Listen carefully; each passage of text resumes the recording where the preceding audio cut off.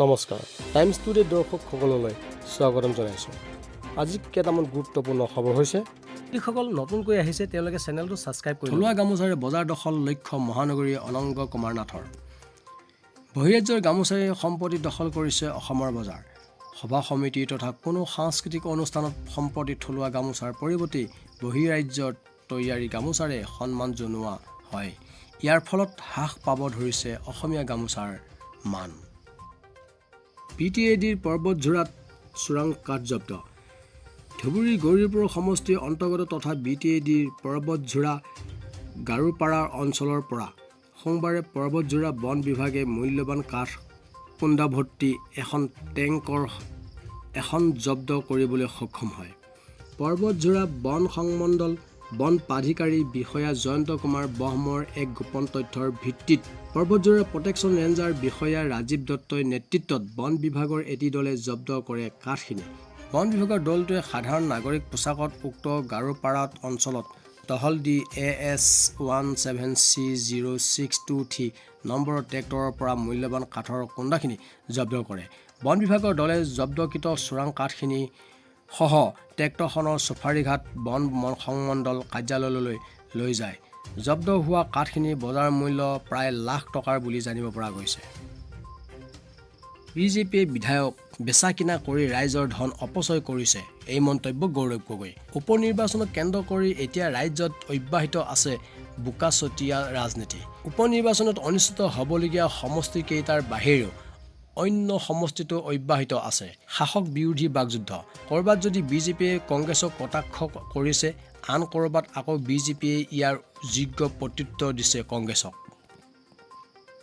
আন্তিমা গুপ্তা হত্যাকাণ্ড অপৰাধ সংঘটিত কৰা সময়ৰ দৃশ্য পুনৰ ৰচনা। সোমবাৰে জিলা দণ্ডাধীশৰ উপস্থিত আন্তিমা গুপ্তাৰ বৰগাঁওস্থিত বাসগৃহত হত্যাকাণ্ড অভিযুক্ত দেৱযানী দাসক লগত লৈ সমগ্ৰ তথ্য সংগ্ৰহ কৰে গড়চুক আৰক্ষীয়ে। যোৱা 20 অক্টোবৰত নৃশংসভাৱে হত্যা কৰা হৈছিল আন্তিমা গুপ্তাক। কাজিৰঙাত অঘটন বিদ্যুৎপৃষ্ট হ'ল বন বিভাগৰ হাতীসহ বন গাহৰি আৰু হৰিণা। কাজিৰঙা ৰাষ্ট্ৰীয় উদ্যান বুঢ়াপাহাৰ বনাঞ্চলৰ শোকাবহ ঘটনা। বুঢ়াপাহাৰ বনাঞ্চলৰ মাজেৰে পাৰ হৈ যোৱা 11 kV বিদ্যুৎ পৰিবাহী তাঁৰ লাগি বিদ্যুৎপৃষ্ট হয় ঐৰাবতৰ নামৰ বন বিভাগৰ এটা হাতী লগতে 2টা বন গাহৰি আৰু এটা হৰিণা। বিজেপি ডবল ইঞ্জিনৰ চৰকাৰক লৈ অসম ৰাইজৰ সুখী সৰ্বানন্দ সোণোৱাল। উপ নিৰ্বাচনৰ দিন চমু চাপি অহাৰ লগে লগে অন্যান্য ৰাজনৈতিক দল সমান্তৰালভাৱে শাসকীয় দল বিজেপিৰো নিৰ্বাচনী তৎপৰতা বৃদ্ধি পাইছে। বিশেষকৈ থাওৰা সমষ্টিৰ দলৰ বাবে উঠি পৰি লাগিছে শাসক বিৰোধী। ৰাষ্ট্ৰীয় বঁটা পল দলত স্থান লাভ সোণাৰীৰ দুগৰাকী খেলুৱৈ।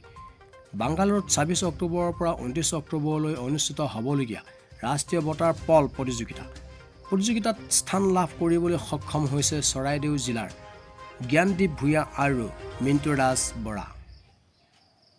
বাংলাদেশৰ ঘটনালৈ উত্তপ্ত সোতাৰাকান্দি আন্তৰ্জাতিক সীমান্ত।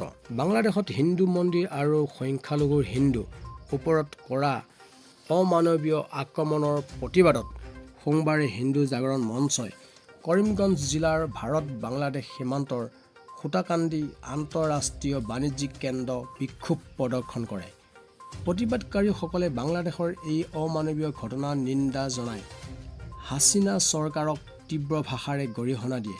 প্ৰতিবাদকাৰীসকলে এই প্ৰতিবাদৰ জৰিয়তে বাংলাদেশৰ লগতে সোতাকান্দিৰ আন্তৰ্জাতিক বাণিজ্যিক এদিনৰ বাবে স্তব্ধ কৰি দিয়ে।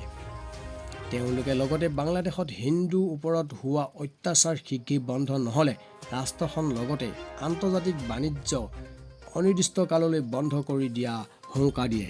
ৰাজ্যত বাঢ়িছে ক'ভিড আক্ৰান্তৰ সংখ্যা। দৈনিক 300 ক'ভিড ৰোগী ওলোৱাটো বৰ বেছি নহয়, এই প্ৰকাশ স্বাস্থ্যমন্ত্ৰী। বিগত কেইটামান দিনৰ পৰা ৰাজ্যত বৃদ্ধি পাইছে ক'ভিডৰ আক্ৰান্তৰ সংখ্যা। ৰাজ্যৰ বিভিন্ন স্থানত ক'ভিড আক্ৰান্ত হৈছে বহু ছাত্ৰ ছাত্ৰীও। ইয়াৰ মাজতে এইবাৰ ৰাজ্যৰ স্বাস্থ্যমন্ত্ৰীগৰাকীয়ে দিয়ে গা এৰা মন্তব্য, যাৰ লৈ সৃষ্টি হৈছে প্ৰতিক্ৰিয়া। 8টাকৈ দলে পৃথকে চলাব উচ্ছেদ অভিযান। যুদ্ধকালীন প্ৰস্তুতিৰে উচ্ছেদৰ বাবে সাজু জিলা প্ৰশাসন।